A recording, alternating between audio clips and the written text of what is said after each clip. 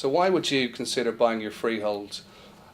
Most people who come to the Anthony Gold Leasehold Services team are unhappy in some respects with their landlord's performance of the service charge obligations. Excessive service charges seems to be one of the underlying reasons why people buy their freehold.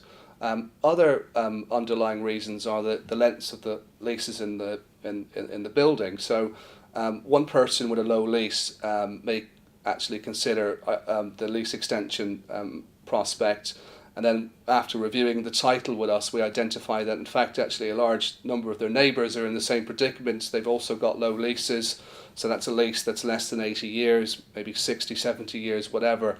In buying the freehold, you actually alleviate that problem indirectly, because once you acquire the freehold interest, you can grant yourselves a 999-year lease with a peppercorn ground rent.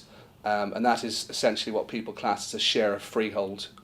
So the freehold interest will always be held separately, and you don't actually merge the two titles. So if people say, I bought my freehold, we always say to them, well, you wear two hats. You've still got your lease, and you wear a leaseholder hat, and you also have your freeholder hat, and the lease regulates that relationship. So one thing that we find essential for people considering buying their freehold is that they actually have a separate agreement that does regulate how they interact with one another, particularly when it comes to making decisions around the freehold, like insuring, maintaining, repairing the building.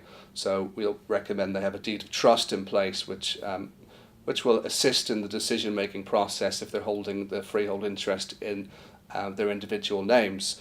Where they hold the freehold interest in the name of a nominee company, it could be a right to manage company or a limited company with shares.